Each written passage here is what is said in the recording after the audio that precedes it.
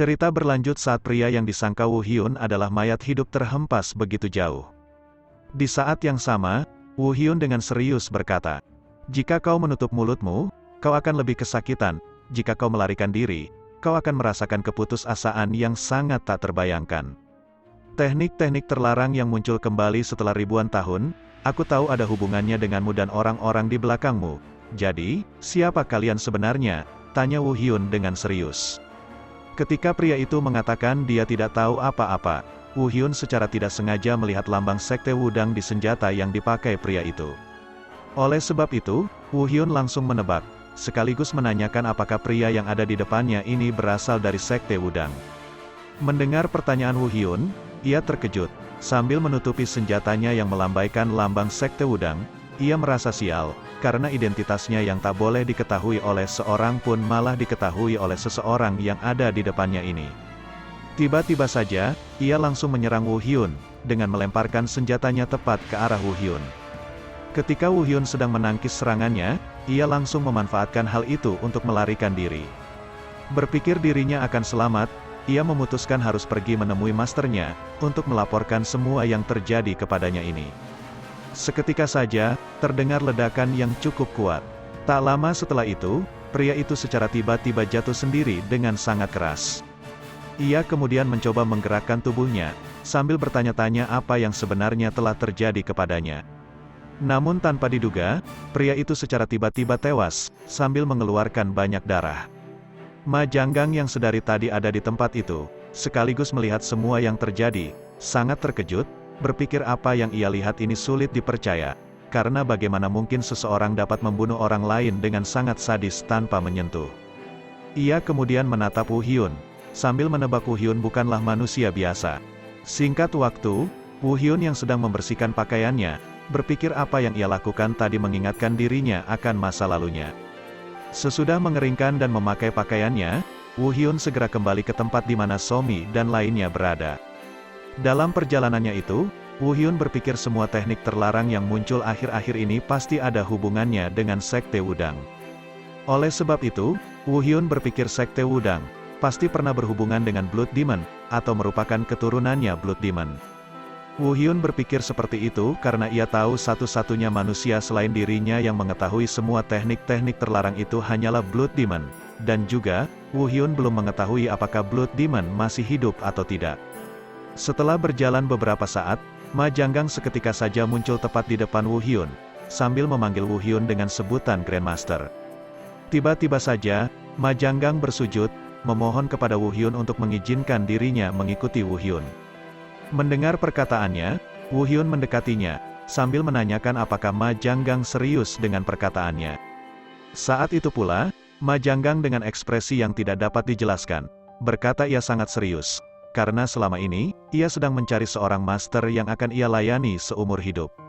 Merasakan Ma Janggang memiliki kekuatan yang sebanding dengan Kwon Mujin, Woo Hyun berpikir, tak ada gunanya bagi dirinya menerima seorang bawahan yang memiliki kekuatan yang sama setara dengan bawahan lamanya. Melihat Woo Hyun pergi begitu saja, Ma Janggang berpikir Woo Hyun menolak untuk menerimanya.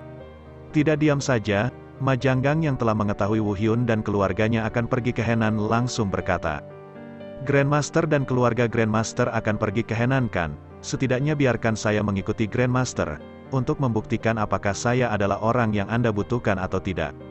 Tanpa pikir panjang, Woo Hyun langsung menuruti perkataannya. Keesokan harinya, terlihat Nam Gon Chun bertanya apa yang dipikirkan Sa Do Hak tentang Woo Hyun, yang pergi begitu saja tanpa mengajak mereka. Sa Do Hak dengan santai berkata, Woo Hyun memiliki kekuatan yang sangat tak terduga. Jadi karena hal itu, ia tidak tahu apa yang dipikirkan Woo Hyun.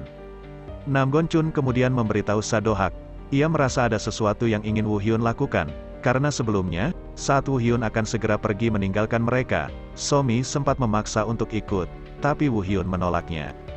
Tiba-tiba saja, dengan nada tinggi, Sa Do Hak berkata, "Apa kau bodoh? Dia tidak mengajak Somi pasti untuk berjaga-jaga, siapa tahu akan terjadi hal tak terduga." Nam Gon Chun yang tak terima dirinya dianggap bodoh, marah. Lalu, mereka saling beradu mulut yang tak penting. Jang dan Kwon Mujin yang sedang memasak hanya terdiam melihat mereka. Saat itu pula, Sa Do Hak berkata, Kau selalu marah ketika aku mengatakan sesuatu. Inilah mengapa kalian para faksi ortodoks sangat menyebalkan, bukankah begitu, Zhang? Zhang yang tak ingin dihajar, langsung berkata faksi ortodoks benar-benar sangat menyebalkan. Namgon Chun menghela nafasnya, lalu berkata, kalian para keparat kultus demonik berkepala kosong. Itu sebabnya sebagai pemimpin faksi demonik, kau selalu dikutuk. Bukankah begitu, Kwon Mujin? Kwon Mujin membenarkan perkataannya, dengan santai berkata, mereka harus memberitahu dunia betapa kosongnya semua kepala anggota kultus demonik. Mengingat Kwon Mujin berasal dari faksi unortodoks, salah satu faksi jahat, Sadohak menanyakan mengapa Kwon Mujin lebih mendukung faksi ortodoks, yaitu faksi baik. Melihat Kwon Mujin hanya diam, Sadohak berkata, coba lihat orang ini, inilah sebabnya para bajingan unortodoks sangat payah. Tak ada gunanya membantu mereka, pada akhirnya mereka akan menusukmu dari belakang. Setelah itu, Namgon Chun dan Sadohak secara bersamaan memberitahu Kwon Mujin, kalau bukan karena faksi ortodoks dan faksi demonik, faksi unortodoks telah hancur. Mereka berdua kemudian langsung terus-menerus meledek faksi unortodoks. Kwon Mujin yang tidak bisa berbuat apa-apa karena kekuatannya lebih lemah dari mereka berdua, hanya diam menahan kesabarannya. Tiba-tiba saja, Somi muncul, sambil menyuruh Namgon Chun dan Sadohak berhenti meledek Kwon Mujin. Somi juga memperingati mereka berdua, dia akan melaporkan hal ini kepada ayahnya, jika Namgon Chun dan Sadohak terus meledek Kwon Mujin. Setelah itu, Somi langsung meminta Kwon Mujin untuk melanjutkan pekerjaannya. Sore pun tiba, di rumah Woo Hyun, terlihat Sohye yang sudah sangat kelelahan bertanya-tanya mengapa tidak ada seorang pun di rumah itu. Ia merasa sangat sial, sambil terus-menerus bertanya-tanya mengapa tidak ada seorang pun di rumah itu. Tiba-tiba saja, perutnya berbunyi. Tak diam saja, ia segera mempersiapkan sebuah pancing, memutuskan untuk mengisi perutnya dulu sebelum mencari tahu Woo Hyun dan Somi pergi kemana. Singkat waktu, setibanya di Henan, terlihat Namgon Chun dan Sadohak yang sedang membahas sesuatu di sebuah penginapan. Ternyata, mereka sedang membahas rumor tentang keluarga Moyong yang memanfaatkan kekuatan aliansi Murim untuk keuntungan mereka sendiri. Di belakang Sadohak, mereka secara tidak sengaja mendengar seseorang yang berkata, kalau ia mendengar pemimpin aliansi Murim saat ini sedang fokus mencari kesenangan dan kepuasan. Di saat yang sama, Somi, Zhang dan Kwon Mujin kembali setelah pergi berbelanja. Tiba-tiba saja, sekelompok orang menghampiri mereka. Saat itu, pemimpin sekelompok orang itu berkata, Kwon Mujin, siapa sangka kita akan bertemu di tempat ini, sepertinya keberuntunganmu sudah habis. Melihat sekelompok orang itu, Sadohak menanyakan siapa orang-orang itu. Kwon Mujin memberitahu Sadohak, kalau selama ini ia memiliki banyak musuh, yang ingin menangkapnya untuk mencari ketenaran, karena ia berasal dari faksi unortodoks. Berpikir akan terjadi pertarungan di tempat itu, Namgon Chun langsung pergi begitu saja, menjauhkan Somi dari tempat tersebut. Somi yang juga menduga Kwon Mujin akan bertarung dengan orang-orang itu, merasa khawatir. Namgon Chun kemudian menyuruh Somi untuk tidak khawatir. Namun tiba-tiba saja, Somi langsung melompat dari pelukannya. Ketika pertarungan itu akan terjadi, Somi langsung melerai mereka. Tak ingin seorang anak kecil menghalangi mereka menangkap Kwon Mujin, pemimpin sekelompok orang itu menyuruh Somi untuk pergi menjauh dari tempat itu. Tapi karena Somi tidak mau mendengarkan perkataannya, ia segera menarik pedangnya, bersiap membunuh Somi. Tiba-tiba saja, pria itu terhempas begitu jauh. Ternyata yang melakukan hal itu adalah Woo Hyun. Woo Hyun saat itu sangat marah, tapi ia mencoba menahan kemarahannya karena ia tak ingin sesuatu yang buruk akan terjadi karena kemarahannya itu. Singkat waktu, terlihat begitu banyak orang sekaligus beberapa pengelana berkumpul di luar penginapan karena mendengar rumor kemunculan Kwon Mujin di penginapan itu, salah satu seorang master yang pernah memimpin faksi unortodoks. Di dalam penginapan, terlihat Kwon Mujin yang sedang meminta maaf kepada Woo Hyun karena masalah ini terjadi karena dirinya. Woo Hyun menyuruh Kwon Mujin untuk tidak meminta maaf, karena bagaimanapun, setiap manusia pasti akan mendapatkan masalah, tak peduli seberapa baik atau seberapa jahat manusia tersebut. Setelah itu, Woo Hyun berkata kepada Namgon Chun, kita kan sudah sampai di Henan seperti yang kau inginkan, apa yang ingin kau lakukan sekarang? Sambil mengepalkan tangannya, Namgon Chun dengan serius berkata, dia harus masuk ke dalam aliansi Murim melalui jalan rahasia yang hanya diketahui oleh pemimpin aliansi Murim, untuk memastikan apakah rumor tentang keluarga Moyong yang memanfaatkan aliansi Murim apakah benar. Sebelum pergi ke aliansi Murim, Woo Hyun bertanya bagaimana cara mereka mengurus sekelompok orang yang ingin menangkap Kwon Mujin. Tiba-tiba saja, Ma Janggang yang terus mengikuti Woo Hyun, mendekati Woo Hyun, berkata dia bersedia turun tangan untuk membereskan sekelompok orang itu. Di belakangnya, Kwon Mujin meminta Ma Janggang untuk diam saja, karena ia ingin mengurus masalahnya sendiri. Seketika saja, Woo Hyun terdiam, tak ingin berpikir panjang, Woo Hyun langsung meminta mereka untuk bertindak bersama, termasuk Jang. Jang yang tak ingin bertarung karena takut akan terluka, hanya diam di tempat.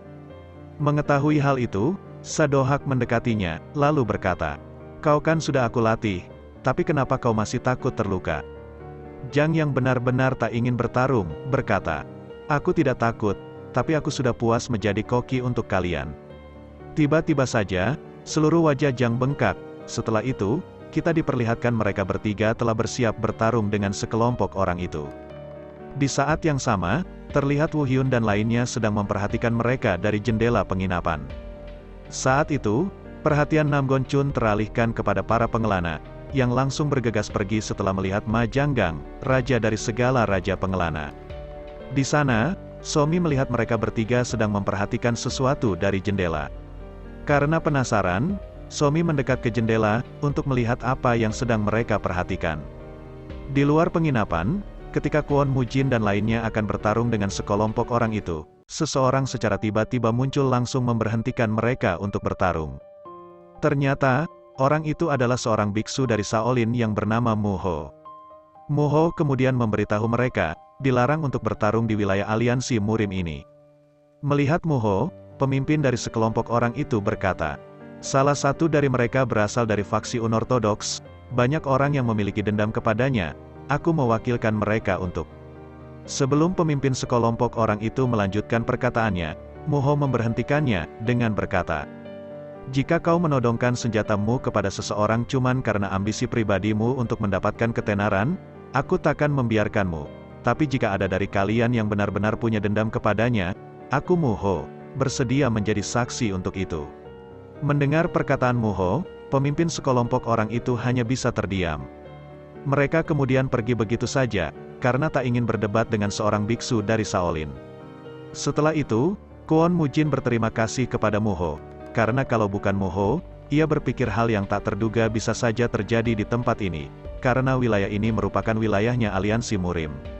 Tiba-tiba saja, Muho menatap Kwon Mujin, Jang dan Ma Janggang dengan tatapan kosong, lalu berkata, "Sungguh kelompok aneh, seorang master yang pernah memimpin faksi unortodoks, raja pengelana, dan orang yang ada di samping itu yang tampaknya ia juga bukan orang biasa." Setelah mengatakan itu, Muho berkata karena masalah di tempat ini sudah terselesaikan, ia harus segera pergi. Saat akan pergi, Muho sempat meminta kepada Kwon Mujin dan lainnya untuk tidak membuat keributan di wilayah ini, karena wilayah ini dijaga oleh aliansi Murim dan kuil Shaolin. Tak lama setelah itu, Woo Hyun dan lainnya segera pergi keluar, lalu berkata Muho adalah pria yang menarik. Mengetahui biksu yang baru saja pergi bernama Muho, Nam Gon Chun memberitahu Woo Hyun kalau Muho adalah seseorang yang diwariskan untuk menjadi pemimpin kuil Shaolin selanjutnya.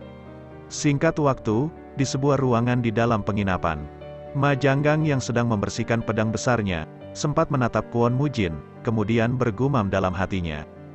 Jadi pria ini yang dulunya seorang master yang pernah aku dengar menjadi seorang pemimpin faksi unortodoks, seperti yang dikatakan biksu Muho tadi. Kelompok ini benar-benar aneh. Terutama konsep antara faksi ortodoks dan faksi unortodoks yang tidak penting bagi mereka, karena mereka berasal dari faksi yang berbeda, begitu juga kedua kakek tua itu. Firasatku mengatakan mereka juga berasal dari faksi yang berbeda. Ma Janggang yang tidak tahu identitas Nam Gon Chun dan Sadohak karena mereka memakai topeng, bertanya kepada Jang, dengan berkata, "Ada sesuatu yang ingin aku tanyakan, siapa kedua kakek tua itu?" Jang yang sedang memakan sesuatu, berkata Ma Janggang akan pingsan jika mengetahui identitas Nam Gon Chun dan Sadohak, jadi karena hal itu, ia menyarankan Ma Janggang untuk tidak mengetahuinya. Di saat yang sama, Jang bertanya kepada Ma Janggang, apa Ma Janggang yakin ingin mengikuti Woo Hyun. Sambil menunjukkan pedang besarnya, Ma Janggang berkata ia akan melayani Woo Hyun sampai dia mati. dia juga akan mendedikasikan hidupnya untuk melayani Woo Hyun, dan pedang miliknya akan membunuh musuhnya Woo Hyun. Mendengar perkataan Ma Janggang, Kwon Mujin berpikir, sebagai Raja Pengelana, ia yakin Ma Janggang sibuk mengurus para pengelana dari berbagai belahan dunia, jadi karena hal itu, ia menanyakan apakah Ma Janggang benar-benar yakin akan mengikuti Woo Hyun. Ma Janggang dengan santai menjawab, dia akan menangani semuanya sambil mengikuti Woo Hyun. Tiba-tiba saja, mereka berdua saling menatap. Melihat hal itu, Jang yang sedang makan sesuatu, berpikir Kwon Mujin dan Ma Janggang mulai saat ini akan saling memperebutkan posisi penjaga terbaik. Seketika saja, Jang berkata itu tidak masalah bagi dirinya, karena ia yakin Woo Hyun lebih percaya kepadanya. Kwon Mujin dan Ma Janggang yang secara tidak sengaja mendengar perkataan Jang, menanyakan apa maksud dari perkataan yang Jang katakan barusan. Tiba-tiba saja, mereka bertiga bertengkar di dalam ruangan itu untuk memperebutkan posisi penjaga terbaik. Di sisi lain, atau lebih tepatnya di ruangan lain, terlihat Somi yang telah tertidur di pelukan Woo Hyun. Nam Gon Chun yang ada di ruangan itu, secara tiba-tiba berkata ada sesuatu yang aneh sedang terjadi di wilayah ini. Sa Do-hak yang tidak tahu maksud dari perkataan Nam Gon Chun, menanyakannya. Nam Gon Chun berkata, meskipun wilayah ini terlihat tenang, tapi biasanya tidak setenang ini, karena saat ini, selain anggota 9 sekte besar, ia tak melihat satu pun dari para penerus 8 keluarga besar berada di wilayah ini. Oleh sebab itu, ia berpikir harus masuk ke dalam aliansi Murim saat ini juga. Seketika, Sa Do-hak merasa gembira saat mengetahui Nam Gon Chun akan masuk ke aliansi Murim saat ini juga. Melihat ekspresi Sa Do-hak, Nam Gon Chun menebak Sa Do-hak ingin mengikutinya, tapi Nam Gon Chun menolak, menyarankan Sa Do-hak untuk menjaga Somi saja. Tiba-tiba, Sa Do-hak menunjuk-nunjuk Nam Gon Chun, lalu berkata, "Aku ingin melihat markas aliansi Murim yang dikatakan menakjubkan, itu sebabnya aku terus mengikuti kalian. Lagi pula, jika rumor mengenai Moyong Hyokmun dan keluarganya benar, aku ingin melihat bagaimana kau akan menghadapinya." Nam Gon Chun menghela nafasnya, lalu berkata, "Apa boleh buat jika kau terus memaksa untuk ikut?" Mendengar perkataan Nam Gon Chun, Sa Do-hak tersenyum sambil terus memukul pundaknya Nam Gon Chun. Pada saat itu, perhatian Nam Gon Chun teralihkan kepada Somi yang sedang tidur nyenyak, padahal dirinya dan Sa Do-hak berbicara cukup keras. Karena hal itu, Nam Gon Chun menduga Somi sangat lelah hari ini. Woo Hyun menggelengkan kepalanya, berkata kalau ia telah menekan titik tekanan di tubuh Somi yang bisa membuat Somi tertidur dengan sangat nyenyak. Nam Gon Chun yang merasa penasaran, bertanya mengapa Woo Hyun melakukan hal itu. Woo Hyun yang sedang membaringkan Somi di tempat tidur, memberitahu Nam Gon Chun kalau ia merasa malam ini akan terjadi keributan besar. Seperti yang dikatakan Woo Hyun, saat itu pula mereka semua mendengar suara ledakan yang sangat besar di mana-mana. Nam Gon Chun yang sangat terkejut, pergi keluar untuk melihat apa yang sebenarnya sedang terjadi. Setibanya di luar, mereka melihat markas aliansi Murim yang sangat besar diserang. Melihat hal itu, mereka hanya bisa terdiam. Di dalam markas aliansi Murim, Moyong Hyokmun dan anaknya yang ada di dalam ruangan mereka masing-masing pergi keluar untuk memeriksa apa yang sedang terjadi. Moyong Hyokmun yang tidak tahu apa-apa, menanyakan kepada anaknya apa yang sedang terjadi. Anaknya yang telah menduga hal ini akan terjadi, berkata 9 sekte besar mencoba mengambil alih aliansi Murim. Mendengar hal itu, Moyong Hyokmun langsung bergegas pergi keluar, sambil berkata ia takkan mengampuni satupun orang yang memberontak melawan dirinya, tak peduli siapapun itu.